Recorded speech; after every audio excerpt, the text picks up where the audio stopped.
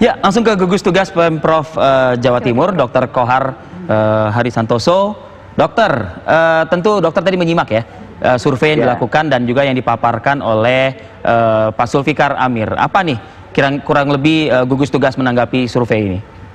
Yang pertama, semoga memang penelitiannya Pak Sulfikar ini betul-betul objektif dan valid.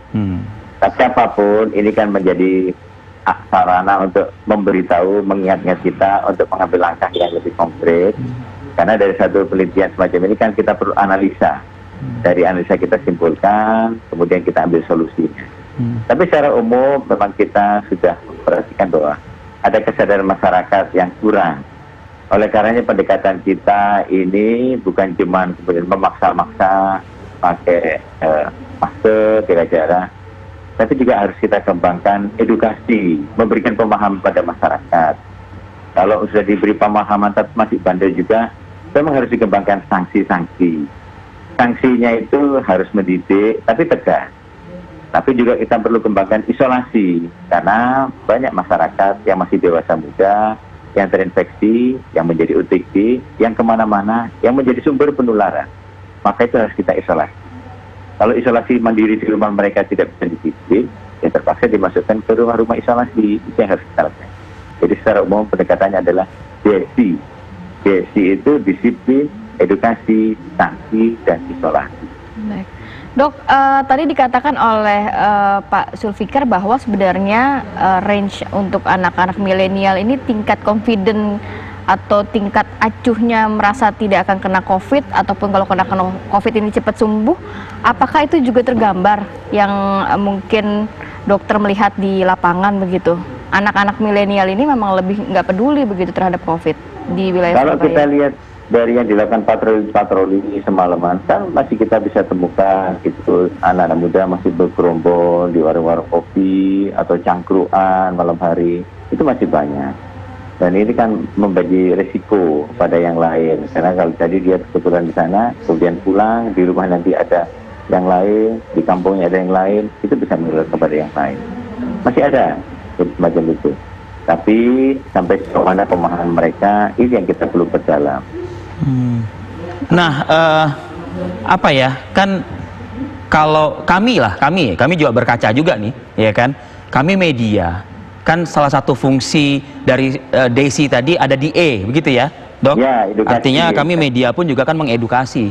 Ya. Bicara media ya tidak hanya TV One, media ini kan ada radio, ada online, apa semua segala macam.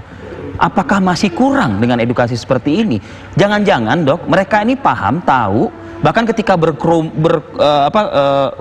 berkumpul gitu lebih dari 5 orang, mereka juga ngebahas ini juga gitu loh ya, Batnya. Kan miris nih, Dok, loh kayak gini, Dok. Ya, itu memang kita perlu gali lebih dalam. Ada yang memang seperti dapat pengetahuan, tapi antara pengetahuannya dengan kelakuannya itu tidak segaris itu. Itu ditemukan ada? Ada begitu. Kelihatannya ngobrol gitu, tapi ternyata mereka ngobrol sambil maskernya dibuka. Ngobrol itu kan berarti nggak segaris. Satunya kata dan perbuatan itu. Tapi sebenarnya kalau untuk tingkat kedisiplinan warga di sana, tadi kan sempat dikatakan dari hasil survei ya cukup disiplin akan protokol kesehatan. Saya baca dulu nih, 83% warga yang selalu memakai masker, 43% warga rutin mencuci tangan, 60% warga mengikuti survei dengan mematuhi aturan jaga jarak. Jaga jarak, benar sekali. Kalau seperti itu bagaimana, dokter? Itu tadi kan persentase yang positif. Lah yang negatifnya, yang nggak pakai masker berapa persennya tadi? Jika dikurangi dari 100 kan? Yang nggak cuci tangan, yang nggak jaga jarak berapa persennya? Ya itu menjadi sumber-sumber penularan. Tapi gini, mungkin ada background yang lain. Nanti kita perdalam dengan Pak Sulfikar tadi, kita ingin kontak. Nah, apakah ada faktor yang lain? Kita suruh pakai masker, nggak boleh kemana-mana. Tapi dia pendapatan hariannya dari hidup itu aja. Nah ini yang kita memang harus kembangkan, bagaimana mendukung mereka. Artinya bisa aspek sosial ada 4 hal yang kita harus perhatikan. 1 adalah memang protokol kesehatan. 2 adalah solidaritas, segotong royongan. Mereka yang hidupnya cuma hari ke hari, ini yang harus kita dukung supaya mereka bisa isolasi, tapi nggak kelaparan, nggak kesulitan hidup. Itu silakan. Ketiga adalah aktivitas online harus dikembangkan supaya peluang untuk kontaknya menjadi lebih kecil. Dan keempat adalah sanitasi lingkungan harus kita perbaiki supaya mereka tidak ada peluang untuk penularan penyakit karena yang kondisi yang sosial lingkungannya tidak bagus.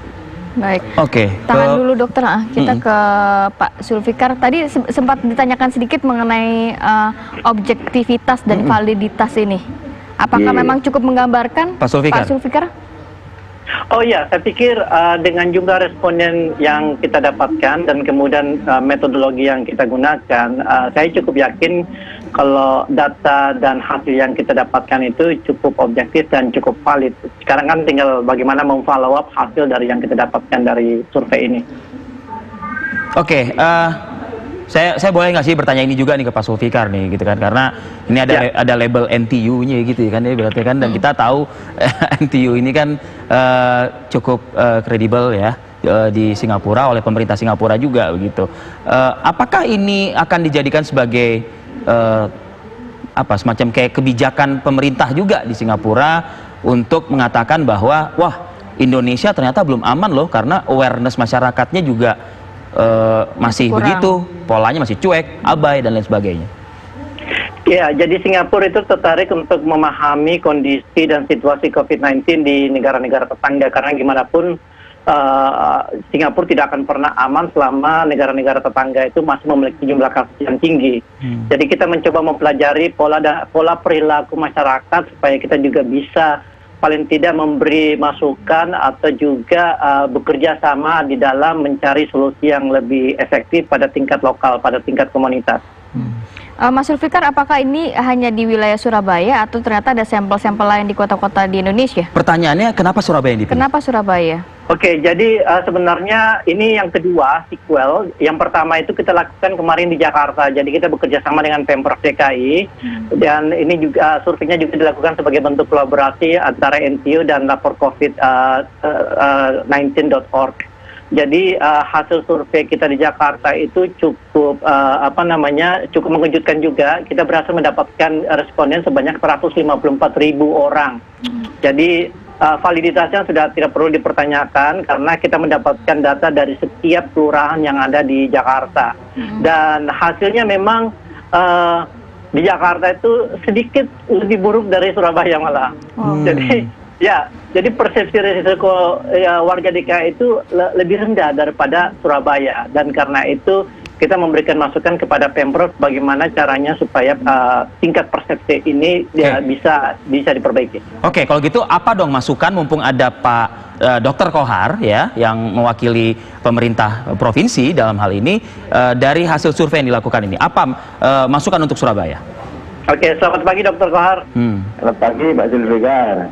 Ya, jadi intinya adalah bahwa kalau kita lihat data kita, memang dari protokol kesehatan itu angkanya cukup tinggi. Jadi mereka menjaga jarak, mereka mencuci tangan, dan mereka menggunakan masker. Tapi yang jadi pertanyaan adalah sejauh mana mereka konsisten melakukan itu. Jadi misalnya masker, mereka mengakui mereka menggunakan masker, tapi begitu keluar maskernya taruh di kantong, taruh di dompet, atau ditaruh di dagu dan sebagainya. Nah, konsistensi ini itu berkorelasi dengan persepsi mereka terhadap resiko COVID-19. Jadi persepsi inilah yang kita ukur, dan hasilnya adalah persepsi mereka itu rendah. Nah, framework yang kita gunakan itu mengukur persepsi ini berdasarkan dua variabel utama. Pertama, pengetahuan dan informasi, dan kedua adalah kondisi sosial dan ekonomi. Jadi kalau misalnya kita diminta untuk memberi saran kepada pemerintah Jawa Timur, maka dua aspek inilah yang harus diperbaiki. Jadi tidak hanya memberikan edukasi secara rutin, tapi juga melihat konten yang kita berikan supaya konten ini bisa masuk ke setiap kelompok usia. Jadi mungkin konten yang untuk usia lebih muda itu berbeda dengan konten yang usia lebih dewasa. Begitu juga kondisi sosial ekonomi. Kita harus melihat segmentasi yang terjadi di masyarakat berdasarkan jenis pekerjaannya. Jadi bantuan sosial itu harus dibuat sedemikian rupa sehingga pemberiannya itu, pengalokasiannya itu lebih akurat sesuai dengan kondisi dari jenis pekerjaan masyarakat. Jadi saya pikir sumber daya yang dimiliki Jawa Timur sudah cukup untuk melakukan intervensi. Yang jadi pertanyaan sekarang adalah bagaimana caranya supaya intervensi ini itu sifatnya lebih akurat dan lebih tepat. pasaran. Dokter Kohar, silakan. Jadi terima kasih Pak Zulfikar. Sebenarnya edukasinya ini bukan sekedar apa, tapi bukan cuma substansi yang kita sampaikan. Bahkan yang menyampaikannya pun kita sudah arahkan. Ada dilibatkan tokoh agama, tokoh masyarakat, influencer, speaker-speaker, itu yang kita libatkan. Supaya pendekatannya ke sasaran itu sudah lebih bagus. Kemudian kalau persebaran tentang jaminan bantalan sosial tadi, sudah kita lakukan ke berbagai tempat, ke kelompok-kelompok masyarakat. Boleh jadi memang ada yang kita perlu perbaiki lagi, atau masih ada yang belum terjangkau, itu yang mesti kita lakukan memang. Cuman kalau lihat luasnya dan besarannya sudah cukup jauh. Dan memang kita tahu bahwa di Jawa Timur ini kan kabupaten kota itu sifatnya ya tanda petik otonomi. Jadi peran dari kabupaten kota sendiri itu sangat menentukan untuk langkah mengendalikan rakyatnya masing-masing. Dari Jawa Timur ini kan sebetulnya lebih koordinasi, dan kita selalu kontak dengan melakukan analisa dan evaluasi bersama dengan berbagai kabupaten kota, kondisi-kondisi mereka. Dan peran dari mereka itu sangat kita harapkan untuk melakukan itu. Dan kelompok-kelompok masyarakat yang jauh dari tempat-tempat informasi, ini juga sudah kita jangkau.